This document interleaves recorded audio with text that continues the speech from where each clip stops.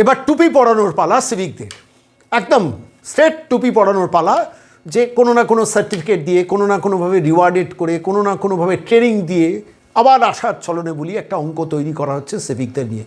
সতর্ক থাকুন সমস্ত সিভিক ভলেন্টিয়ার, আইদার আপনাদের স্থায়ী করবেন এবং ন্যূনতম একটা সম্মানজনক মাইনে দেবেন, এই দুটো শর্তের বাইরে সিভিকদের জীবনে আর কোনো রকম আপোষ করা চলবে না, পরিষ্কারভাবে বলছি। হ্যাঁ, আমি দায়িত্ব নিয়ে বলছি, আমি সন্ময় বন্দ্যোপাধ্যায়, আমি রাজ্যপালকে চিঠি লিখছি, আমি রাজ্যের মুখ্যমন্ত্রীকে চিঠি লিখছি, রাজ্যের সম্মানীয় অন্যান্য রাজনৈতিক দলের নেতাদের চিঠি লিখছি, আমি শুভেন্দু অধিকারীকে চিঠি লিখছি, আমি সুজন চক্রবর্তীকে চিঠি লিখছি, আমি সমস্ত রাজনৈতিক দলের নেতাদের চিঠি লিখব যে সিভিক ভলেন্টিয়ারদের প্রত্যেককে স্থায়ী করতে হবে। 10 বছর, 12 বছর, 14 বছর চাকরি করার পর তাদের জীবনে এইভাবে অন্ধকার নামিয়ে আনা যাবে না। দয়ার দান দিচ্ছেন, ভিক্ষে দিচ্ছেন, মানুষ মনে করছেন না। আমি গত 2 দিন আগে বাজেট অধিবেশনের পর সিভিকদের নিয়ে একটা প্রতিবেদন পেশ করেছিলাম। বহু সিভিক ভলেন্টিয়ার আমাকে সরাসরি ফোন করেছেন, আমাকে মেসেজ পাঠিয়েছেন। আমি আপনাদের কাছে করজোরে অনুরোধ করছি, কোনো রকম অন্যায়ের সঙ্গে আপোষ করবেন না, আইন হাতে তুলে নেবেন না, এমন কোনো পদক্ষেপ নেবেন না যাতে সরকার আপনার বিরুদ্ধে কোনো ব্যবস্থা নিতে পারেন। কিন্তু মনের ভেতরে আগুনটাকে পুষে রাখুন। এই সরকার প্রতারক সরকার। এই যে নবান্নে যারা বসে রয়েছেন, খেলা মেলা উৎসব কার্নিভালে খরচা করে, সেই কার্নিভাল পাহারা দেওয়ার জন্য সিভিক ভলেন্টিয়ার দরকার হয়, সেই খেলা পাহারা দেওয়ার জন্য সিভিক ভলেন্টিয়ার দরকার হয়, সেই মেলা পাহারা দেওয়ার জন্য সিভিক ভলেন্টিয়ার দরকার হয়, সেই উৎসব পাহারা দেওয়ার জন্য সিভিক ভলেন্টিয়ার দরকার হয়। সেই সরকারের মন্ত্রী আমলা থেকে শুরু করে মুখ্যমন্ত্রী কোনো জেলা সফরে গেলে হাজার হাজার সিভিক ভলেন্টিয়ারকে সেখানে দাঁড় করিয়ে দেওয়া হয়, তাদের দিয়ে ভিড় করিয়ে দেওয়া হয়, তাদের দিয়ে রাস্তা পাহারা দেওয়া হয়। রাত্রিবেলা সিভিক ভলেন্টিয়ারদের দিয়ে অনৈতিকভাবে র্যাফের ড্রেস পরে ল অ্যান্ড অর্ডার ডিউটি করতে বাধ্য করা হয়। এবার অন্তত মিনিমাম আত্মসম্মানটা বজায় রেখে আমি প্রত্যেক সিভিক ভলেন্টিয়ারকে বলছি, মনের মধ্যে আগুনটাকে পুষে রাখুন। আর এই যে প্রতারক যে সংস্থা রয়েছে ওয়েলফেয়ার বোর্ড, সেই ওয়েলফেয়ার বোর্ড একটি টাকাও যাতে না কাটতে পারে তার জন্য পরিষ্কার বলুন যে আমার মাইনে থেকে কোনো টাকা আপনারা কাটবেন না। You have no right to deduct. ভাবুন তো, 10,000 টাকা মাইনে থেকে 200 টাকা, 300 টাকা, 500 টাকা কোনো কোনো অঙ্কে সিভিক পুলিশ ওয়েলফেয়ার বোর্ডের নামে টাকা কেটে নেবেন। আপনার সম্মতি নিয়ে কেটেছেন? বলুন তো, আপনারা বুকে হাত দিয়ে বলুন সিভিকরা, আপনাদের কাছে পুলিশ ওয়েলফেয়ার বোর্ড সম্মতি নিয়েছে যে ভাই আপনার মাইনে থেকে আমি এত টাকা কাটবো, আপনি সম্মতি দিন? সম্মতি নিয়েছেন? সম্মতি ছাড়া কি করে তারা আপনার যে ভাতা, মাইনেও নয় এটা ভাতা, সেই ভাতা থেকে তারা টাকা ডিডাক্ট করে? টেম্পোরারি হোমগার্ড, আমি তাদের প্রতি সম্মান রেখেই বলছি, একজন টেম্পোরারি হোমগার্ডও যদি 18,000 টাকা মাইনে পেতেন, তাহলে একজন সিভিক ভলেন্টিয়ারদের দিয়ে 10,000 টাকায় কাজ করিয়েছেন কেন? প্রশ্ন 1। প্রশ্ন 2, আজকে টেম্পোরারি হোমগার্ডের 18,000 টাকা। কেউ আমাকে বলেছিলেন যে শর্মাবাবু এবারের বাজেটে অন্তত টেম্পোরারি হোমগার্ডরা যে মাইনে পান আমাদেরও মাইনেটা হয়তো সরকার সেটা করবে, ওয়েলফেয়ার বোর্ড থেকে বলা হচ্ছে। আমি বিশ্বাস করি এই কথা, কারণ বেসিক্যালি এই প্রতারক সরকার সিভিক ভলেন্টিয়ারদের জীবনে আলো আনবে না, অন্ধকার আনবে। আমি আবারও বলছি, আমার ওই পার্টিকুলার ভিডিওর প্রেক্ষিতে দাঁড়িয়ে দেখছিলাম বহু সিভিক ভাই বোন তারা মন্তব্য করেছেন, অনেকে আমাকে মেসেজও পাঠিয়েছেন, বলছেন যে দাদা আর পাচ্ছি না, ছেলেটা বড় হচ্ছে, মেয়েটা ছোট রয়েছে, স্ত্রী অসুস্থ, মা অসুস্থ, বাবা অসুস্থ, ওষুধের পয়সা নেই, চিকিৎসা করতে পারছি না। সেই সিভিক দিয়ে থানাগুলোকে ম্যানেজ করা হচ্ছে। ভাবুন তো, একটু ভেবে দেখুন, সেই সিভিকদের দিয়ে থানাগুলোকে ম্যানেজ করা হচ্ছে।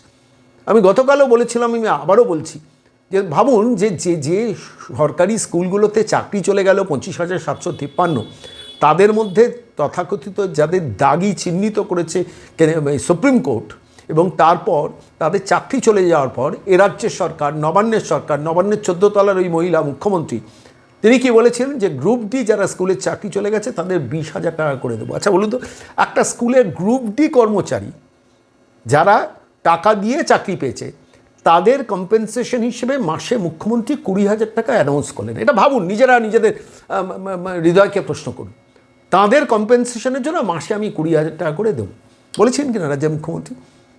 আর একজন সিভিক ভলেন্টিয়ার, তাকে 10,000 টাকা দিয়ে রেখে দিয়েছেন, আবার বাজেটে দয়ার দাম দেখে 11,000 টাকা করছেন কেন? মানে একজন গ্রুপ ডি যিনি মানে চিহ্নিত দাগি, যিনি টাকা দিয়ে সাদা খাতা দিয়ে কোনো একটা জায়গা থেকে চাকরিতে ঢুকেছিলেন, তার জীবন জীবিকা নির্বাহের জন্য একটা সরকার ভাবতে গিয়ে বলছে ঠিক আছে মাসে বাবা তোমরা 20,000 টাকা নাও, তোমরা চুরি করে চাকরি পেয়েছো, সুপ্রিম কোর্ট বলে দিয়েছে তোমাদের চাকরি চলে গেছে, 20,000 টাকা নাও। আর একজন সিভিক ভলেন্টিয়ারকে 10,000 টাকা দিয়ে সেখান থেকেও 200 টাকা 300 টাকা 500 টাকা করে কাটা এবং তারপরে বাজেটে দয়ার দান করে 1,000 টাকা করে দেওয়া। আমি আগের দিন বলেছিলাম যে ওসি আইসিদের কাছে গিয়ে লিখিতভাবে দিয়ে যে এই টাকাটা 1,000 টাকাটা মমতা বন্দ্যোপাধ্যায়কে ফেরত দিয়ে দেবেন, এই 1,000 টাকা দিয়ে আমাদের জীবনে সুস্থভাবে আমরা বাঁচতে পারবো না। তাকে বলবেন তাঁর সরকারের এখন খেলামেলা উৎসবে টাকা খরচের দরকার আছে, হাসি মুখের বিজ্ঞাপন দিয়ে বর্তমান পত্রিকার মুখ বন্ধ করা, আনন্দবাজারের মুখ বন্ধ করা, জি24 ঘন্টায় ডিজিটাল বিজ্ঞাপন দেওয়া, নিউজ 18কে বিজ্ঞাপন দিয়ে তাদের আমার হয়ে কথা বলার জন্য তার টাকার দরকার আছে, এই টাকাটা তাঁর জন্য রাখতে বলুন। আবার আমার কাছে একটা রিপোর্ট এলো যে ঊর্ধ্বতন কর্তৃপক্ষ কেউ কেউ সাইলেন্টলি চমকানোর চেষ্টা করছেন সিভিকদের। ভাবুন তারা কত টাকা মাইনে পান, নিশ্চিন্ত নিরাপত্তায় তারা এই সিভিক ভলেন্টিয়ারদের দিয়েই তো চাকরিটা করেন। আর সেই সিভিক ভলেন্টিয়ারদের একজন গ্রুপ ডি স্টাফের যে কম্পেনসেশন 20,000 টাকা, সেটাও তিনি দিলেন না। মিনিমাম তো করতে পারতেন। আমি বলেছি যে 10 বছর চাকরি করলে মিনিমাম 42,000 টাকা মাইনে হওয়া উচিত, কেন একজন কনস্টেবলের তো তাই হয়, 35 থেকে 42,000 টাকার মধ্যে তাই মাইনে হয় 10 বছর চাকরি করলে, এক্সপিরিয়েন্স থাকলে। এই যে 5 বছর চাকরি করলে তাদের মিনিমাম সিভিক ভলেন্টিয়ারকে 35,000 টাকা মাইনে দেওয়া উচিত। আমি চিঠিও লিখেছিলাম রাজ্যের মুখ্যমন্ত্রীকে, কোনো উত্তর দেননি। আমি আবারও লিখবো রাজ্যের মুখ্যমন্ত্রীকে, আপনি প্রত্যেক সিভিক ভলেন্টিয়ারকে ইমিডিয়েটলি স্থায়ী চাকরি দেওয়ার ব্যবস্থা করুন। ভ্যাকেন্সি আছে, এমন নয় যে ভ্যাকেন্সি নেই। সারা রাজ্যে 1.5 লক্ষের ওপর পুলিশের পোস্ট ভ্যাকেন্ট, কনস্টেবলের পদ ভ্যাকেন্ট, একটা থানা 1/3 স্টাফ দিয়ে চলছে, সেখানে সিভিক ভলেন্টিয়ারদের দিয়ে সমস্ত কাজ করাচ্ছেন।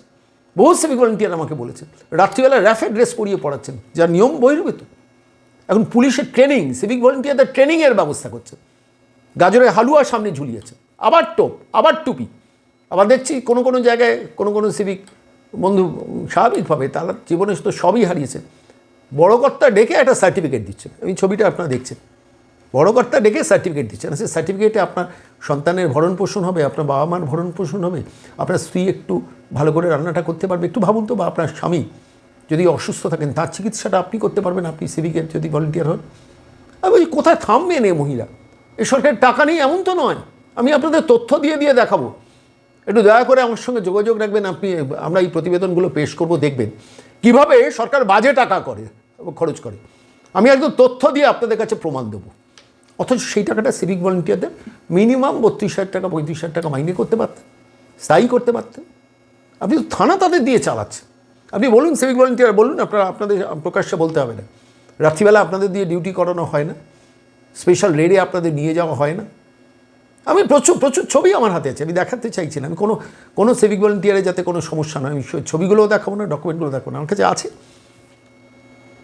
আমি একটা সিদ্ধান্ত নিয়েছি, বিশ্বাস করুন, রাজ্যের মুখ্যমন্ত্রীকে যে চিঠি লিখবো, রাজ্যপালকে যে চিঠি লিখবো, বিরোধী দলনেতাকে যে চিঠি লিখবো, বিরোধী দলের নেতাদের যে চিঠিটা লিখবো, সিভিক ভলেন্টিয়ারদের একটা নিশ্চয়তার জায়গায় নিয়ে আসতে হবে। এই লড়াই কিন্তু ছাড়া লড়াই নয়। আমি বলছি পুলিশ ওয়েলফেয়ার বোর্ড তো প্রতারণা করার জন্যই এই বোর্ডটাকে তৈরি করেছেন মমতা বন্দ্যোপাধ্যায়।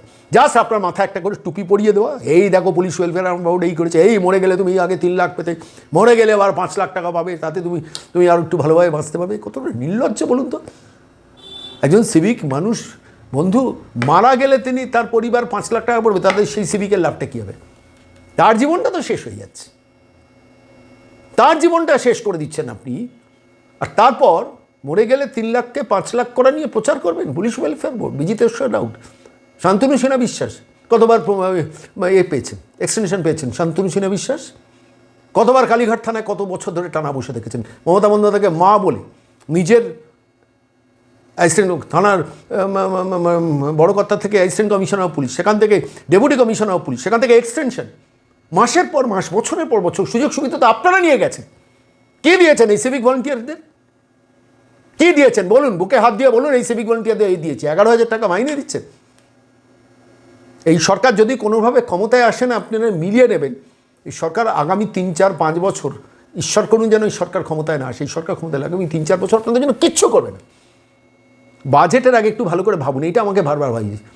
নির্বাচনের আগের বাজেট এখানে সুযোগ ছিল সিভিক ভলেন্টিয়ারদের 32,000 35,000 টাকা মাইনে করে দেওয়া। মিনিমাম আমি বলছি টেম্পোরারি হোমগার্ডদের যে মাইনে রেখেছেন সেইটা করে দিতে পারতেন মিনিমাম। সেটাও করা উচিত না, সেটাও অন্যায়, টেম্পোরারি হোমগার্ডদের প্রতি অন্যায় হচ্ছে। মিনিমাম 32 থেকে 35,000 টাকা মাইনে করা উচিত ছিল, করার স্কোপ ছিল।